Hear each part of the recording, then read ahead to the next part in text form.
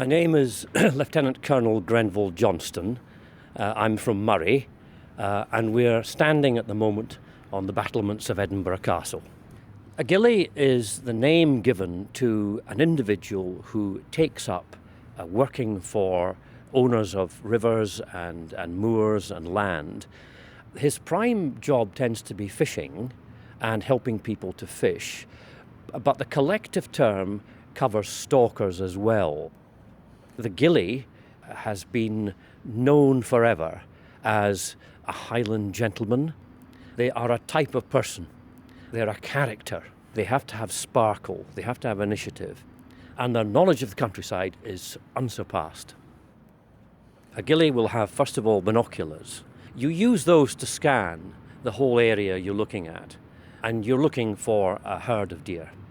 Then after that, you'll see the stalker get down on his back, and he'll sit his head up, and he'll put the telescope, it's a long telescope, he'll put it on his knee and to his eye, and he'll what's called spy the beasts. There's a wonderful phrase called the stalker's pace of walking, and it's just one foot in front of the other, very quietly, very slowly, and you can climb a lot of hills that way. And he will quietly do that, and he will take you up towards the deer, and then when you get nearer the deer, he will make you crawl just behind him. He will have the rifle will be ready for you. He will get you into a position. He will then point out the deer he wishes you to take. And at that point, he will hand you the rifle, and you will crawl slightly forward of him, and taking your time, you will aim and shoot the animal. They have to have a good eye, and the good eye is not just the eye of the land, it's also of colour, of shape, to be able to also notice movement or even lack of movement over a distance. And those are the qualities that a good sniper needs. Skills that could transfer and were transferable to the battlefield. The Boer War was a rather nasty war that took place in South Africa.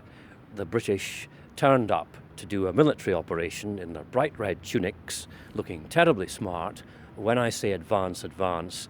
And the Boers were pretty much the equivalent of hardened country folk. And they wore drab uniform, and they could just raise a rifle, look at the red jackets and say bang. Now, Lord Lovat saw this, understood it, and he went to the MOD at the time, War Office, and said, you've got to do something about this. And to be fair to the War Office, it was one of the fastest decisions they made. And he promptly raised the Lovat Scouts from the Inverness Shire area, from his area. They went in drab uniforms, camouflage. They brought camouflage to the British Army. There's a lovely illustration in the Aberdeen Journal, 19th of January 1916, on page 4. Gallant Inverness sergeant got a sniper. And it's Sergeant Simon Graham of the 2nd Lovat Scouts. And you got a sniper at Gallipoli, dressed in scrub and other floral decorations. The ghillie suit still with us today. Actually, at the front itself, the importance of staying out of sight, under cover, in trenches and so on, becomes really important. But at the same time, you've got to be able to see what's going on no man's land. So somehow you've got to have a quick peep. Places like Gallipoli and fighting the Turks on the other front, the way in which that was done was always unbelievable. What you do is you get to the bottom of the trench and then you jump up, try and glimpse everything that's going on, and then on your way down. Well, of course, a bit like a kind of sort of jack in a box. The Turkish snipers, and they had very good ones, would simply blow your head off. Private Arthur Barraclough recalled, "You might have a quick peep over the top just for a moment, but you wouldn't if you had any sense at all." Snipers are extraordinarily deadly. One sniper could account for maybe 200, maybe even 300 of the opposition. It's patient, deadly work. And not doing it on your own. You have to have two people. You have one person who's referred to as a glassman. The glassman is the spotter. They spot in the same way that the ghillie indicates the stag at bay. And it's got to also be done very quickly. A target of opportunity is a split second, no more. If I can just quote what Major McCorkadale wrote, anyone on the shore fatigues at Gallipoli will never forget them. It was difficult to sleep during the day because of the heat, the sun and the flies. They crawled all over you and must have spread disease everywhere. There were open latrines, rubbish dumps all over the place, and between the lines a large number of unburied corpses. After about 2 days the men began to go sick, mostly with stomach trouble, dysentery and heat stroke. Water was scarce and bad and had to be boiled and rationed. The scouts had several casualties and people being wounded. This is not a nice place to be. And so the scouts' part in that wasn't at all friendly, but their evacuation from it was masterly. In my opinion, that was where the Lovat Scouts came into their own completely. The general plan was to withdraw the troops and stores gradually at night, so the Turks would not realise that our forces were dwindling. Prominent in the mechanical devices was a man called Lieutenant Joe Pease, and he was of the Lovat Scouts. And I'm going to just quote from one letter he sent in 1915. A detonator makes a noise very similar to a rifle. So I fixed up candles of different lengths under a big biscuit tin boxes along the fire trench. Into the candle I dug a hole as far as the wick. Into this hole I fixed a piece of safety fuse with a detonator on the end, so that when the candle burnt down, the fuse caught and fired the detonator. By making junctions in the fuse, I got more shots, varying the length of the fuse, as the safety fuse burns about 6 inches in 20 seconds. So with every candle, I got off 2 or 3 shots at different intervals of time. These candles were lit as the rear guard were about to leave the trenches, and the short-time shots could be heard by our men after they had left. Isn't that fantastic? And I can kind of half imagine them, right boys, 5 of us left, let's scuttle and get down the hill and onto the boat and away. Here is the Lovat Scouts bringing in clever tricks. It's deceiving the enemy. Ghillies going to war. I was really interested in this because it confirms the very unromantic image of the ghillies before the First World War as farm labourers from the most impoverished end, arguably, of the British Isles. So I looked up these in the personal records. So we got one chap here. This is Private Adams, 27-year-old, embarks for Gallipoli from Devonport, Suvla Bay, on the 1st of September 1915. Within 11 days, he's admitted with enteritis into hospital. Has to be transferred to Mudros, then to Cairo. Then he's in an arrest camp. And he's in hospital for most of his active service. The countryside is not a very healthy place, certainly not if you're on a low income, with a very hard lifestyle. They don't meet army requirements. Let's be fair about this. It sounds a romantic life, but actually in those days particularly it was very, very hard work. Around about the early part of before the First World War, life was hard. All right, a stalker or a ghillie, there might be some food that they would get themselves if things worked out that way. But they were working for the landowner or the river owner. They almost certainly had a house. They might be allowed their own cow to help them.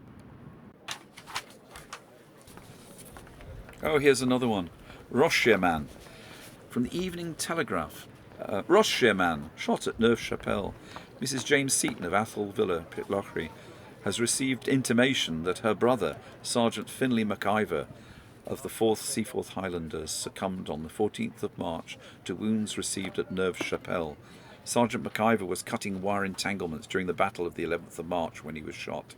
He was a native of Pouliou, a ghillie at Inverewe, and 33 years of age. He married shortly before the war broke out. Those little... These articles in some ways tell you more about the horrors of war than any long dispatches about battles and so on.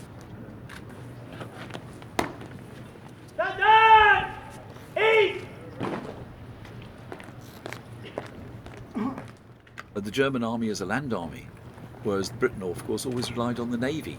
So the British army had to kind of come up to speed to match the continental armies, and that's why, generally speaking, the British army did so badly at the beginning of the war. Saluting troops! Standards! East!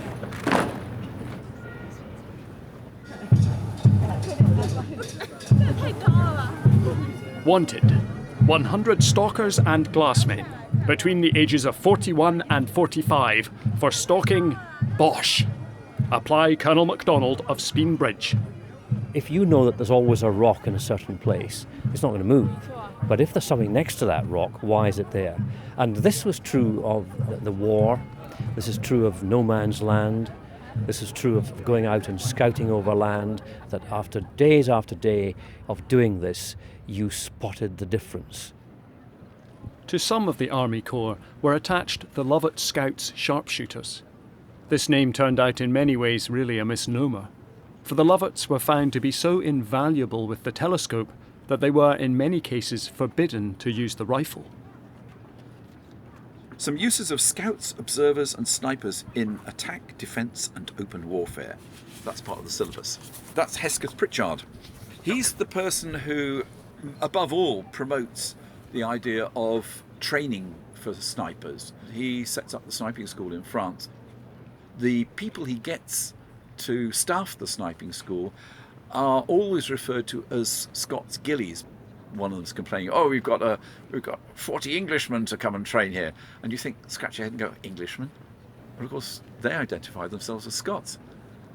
The Englishmen are these strangers who actually need training in the same way that you needed to take the country house parties and get them to be able to shoot straight and actually get their stag. You must realise the Major General, the Corps Commander, the Army Commander, and the Commander-in-Chief himself are all blind. Their brains direct the battle, but it is with the eyes of Sandy McTosh that they see. Sandy McTosh has made sicker. He has seen. He has verified. He has got his report back. Those eyes, trained on the hill among the deer, may have had their share, and that no small one, in the making of history. A stalker and a ghillie will go out trapping at night, looking for vermin. Going out at night, inevitably, the slightest noise, and you feel as if it's gone for miles. I know only too well on the River Spey. Poachers, they're hardened gentlemen, they know what they're doing, but to a ghillie going out, you've got to have a few friends around you if you're doing this kind of thing. Poaching is you against somebody. It's maybe strong to call them the enemy, but in a way, he's attacking your living. And so you're not really going to be too happy about it. We have an image of the front lines that they are entirely static. They're not. At night time, they come alive with soldiers who are going around rewiring the front of the trenches, putting rolls of barbed wire in front of them to impede a sudden attack. They're going out to recover dead bodies from no man's land or wounded men. And then crisscrossing the whole time, there are raiding parties. So at night time, no man's land is, in some respects, a pretty crowded place. Daytime, however, it's deadly. It's a killing ground. Sometimes it was the observer's duty to watch a single German for days at a time. I remember watching a German from Mondays to Thursdays. He never gave an opportunity for a shot, though periodically he used to peer quickly over the parapet and as quickly subside, but one got quite used to his routine. His dinner was brought to him at his post. Once a friend, who was painting a notice, seemed to come and sit and talk with him. He was so exceedingly young that I was glad I had not a rifle with me, for when at last he did give a chance, it was the company sergeant major, who cared not if he was young or old, who did what was necessary. Any minute change in the trenches of the enemy might indicate that there was something going on. For example, tunnelling. Realise that your observation is part of a huge net which is continually trawling the whole enemy world for information, and see to it that not even the smallest fry slip through the meshes for which you are personally responsible. The one that I was always think of in that respect was the arrival of all the gas cylinders in the spring of 1915, when the Germans assemble thousands of cylinders of poison gas, which are going to be used to launch a gas cloud, and none of it's spotted. How can you do that? Well, the answer is, of course, a close awareness of concealment and the importance of being able to assemble a large amount of equipment and keeping it hidden. They might have noticed that it was German engineers that were moving around in the trenches instead of regular infantrymen. A misty day, although the definition obtained through your telescope is not so clear as usual, is often excellent for observation of the enemy's front-line system. On such days, through a false sense of security, the enemy often shows himself on concealed posts, etc., which he would never give away by carelessness during clearer weather. Technology. Even by 1915, you have aircraft capable of flying over trenches, engaging in aerial photography, of taking photos of the ground.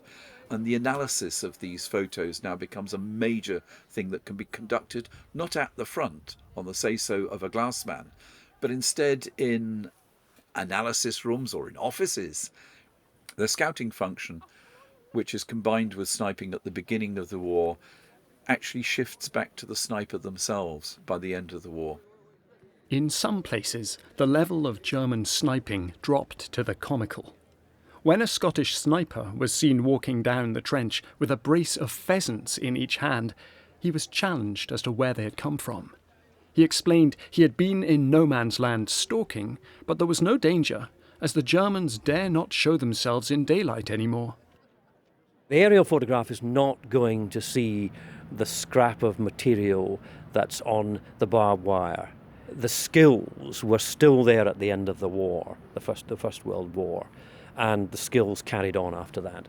They're the people who train special operations and commando people. Not necessarily in the arts of unarmed combat and so on, but again those necessary time-worn skills of observation, of being able to live off the countryside. Different kind of war, the Second World War, but not very different skills. They're the skills that we see nowadays with the SAS, the Special Boat Squadron and so on. Small formations or individuals who are engaged in targeted killing, but also carrying out a great deal of work on observation as well. Most of the people who were involved in the creation of special forces had some sort of connection that goes up to the Highlands, goes to the Lovat Scouts area.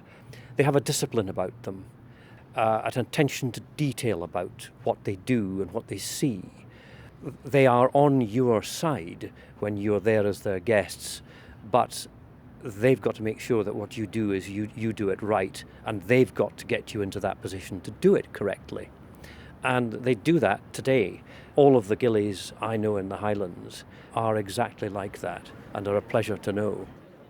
It sounds a bold statement to make, but the Lovats never let one down. If they reported a thing, the thing was as they reported it.